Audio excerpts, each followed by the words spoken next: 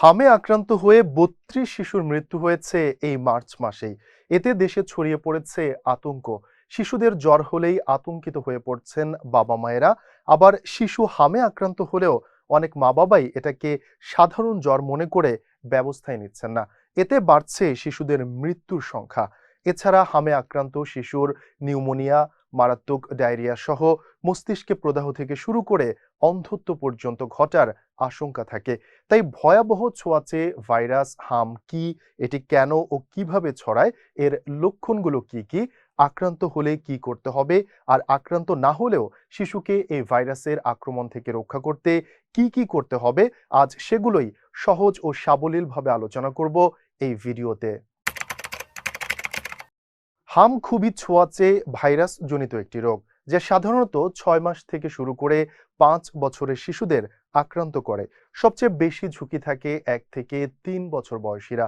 তবে 6 মাসের নিচে শিশুদের কিছুটা সুরক্ষা থাকে মায়ের অ্যান্টিবডির কারণে।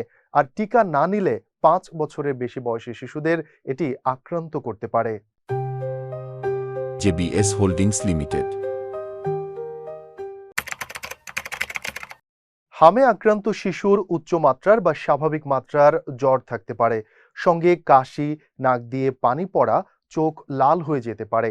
সাধারণত জ্বরের 4 দিনের মাথায় মুখ থেকে শুরু করে সারা শরীরে লালচে র্যাশ বা এক ধরনের গোটা দেখা দিতে পারে। হামের জন্য দায়ী রুবেলা ভাইরাসটি শ্বাসনালী দিয়ে শরীরে প্রবেশ করে। এরপর শিশুর রোগ প্রতিরোধ ক্ষমতা বা ইমিউন সিস্টেমকে সাময়িকভাবে নষ্ট করে দেয়। ফলে হামে আক্রান্ত হলে শিশু এর বাইরেও নানা রকম ব্যাকটেরিয়া এবং অন্যান্য জীবাণু দ্বারা সহজেই আক্রান্ত হয়। এতে দেখা দেয় নানা ধরনের শারীরিক সমস্যা। হামের জটিলতা হিসেবে পরবর্তী সময়ে প্রায় নিউমোনিয়া, মারাত্মক ডায়রিয়া হতে পারে। এর বাইরে আক্রান্ত শিশুর শরীরে ভিটামিন এ এর পরিমাণ মারাত্মকভাবে কমে যায়। ফলে শিশুর চোখের পানি কমে যায় বা চোখ শুষ্ক হয়ে যায়। এ থেকে রাতকানা থেকে শুরু করে অন্ধত্ব পর্যন্ত হয়ে যেতে পারে। হামে আক্রান্ত অনেক শিশুর কান পাকা, মুখে ঘা, মারাত্মক অপুষ্টি, মস্তিষ্কের প্রদাহ সহ আরও বেশ কিছু জটিলতা দেখা দিতে পারে। আগেই বলা হয়েছে, হাম খুবই ছোঁয়াচে রোগ। আক্রান্ত শিশুর হাঁচি ও কাশির মাধ্যমে মুহূর্তেই আশপাশে থাকা অন্যান্য শিশুরাও আক্রান্ত হতে পারে। এজন্য জ্বর বা হামের লক্ষণ থাকলে শিশুদের স্কুল বা মাদ্রাসায় পাঠানোর ক্ষেত্রে সাবধান হতে হবে। একই ঘরে একাধিক শিশু থাকলে কষ্টকর হলেও আক্রান্ত বা হামের লক্ষণ থাকা শিশুকে অন্যদের থেকে আলাদা করতে হবে। বাংলাদেশে টিকাদান কর্মসূচিতে ৫ বছরের কম বয়সী শিশুদের দুবার এমআর টিকা দেয়া হয়।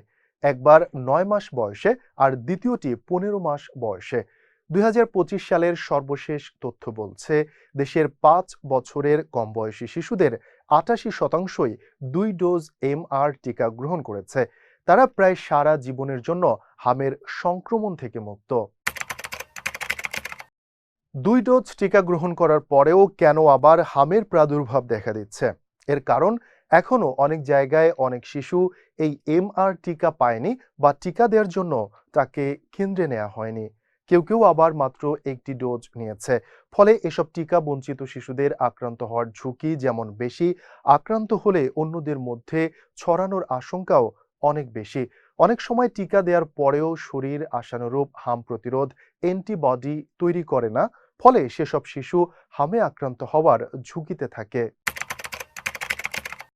শিশুর জ্বর এবং শরীরে র্যাশ দেখা দিলে তা হাম হোক বা না হোক, চিকিৎসকের পরামর্শ গ্রহণ করতে হবে।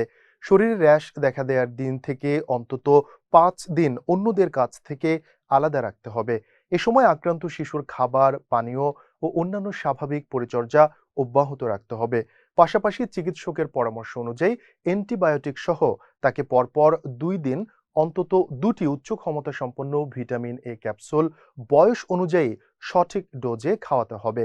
হামে আক্রান্ত শিশুর যদি কোনো বিপদ চিহ্ন, যেমন শ্বাসকষ্ট, বারবার বমি, খিঁচুনি বা নিস্তেজ হয়ে পড়া, চোখের মনি ঘোলা হয়ে আসা বা মুখের ভেতরে গভীর ঘা থাকে, তাহলে দেরি না করে হাসপাতালে নিতে হবে। সেখানে শিশুকে আলাদা ওয়ার্ডে বা কেবিনে রেখে প্রয়োজনীয় চিকিৎসা দিতে হবে। যদি হামে আক্রান্ত কোনো শিশুর দৃষ্টির সমস্যা হয় বা দেখতে অসুবিধা হয় কিংবা চোখের মণি ঘোলা থাকে, তাহলে 14 দিনের মাথায় আরও একটি ভিটামিন এ ক্যাপসুল খাওয়াতে হবে।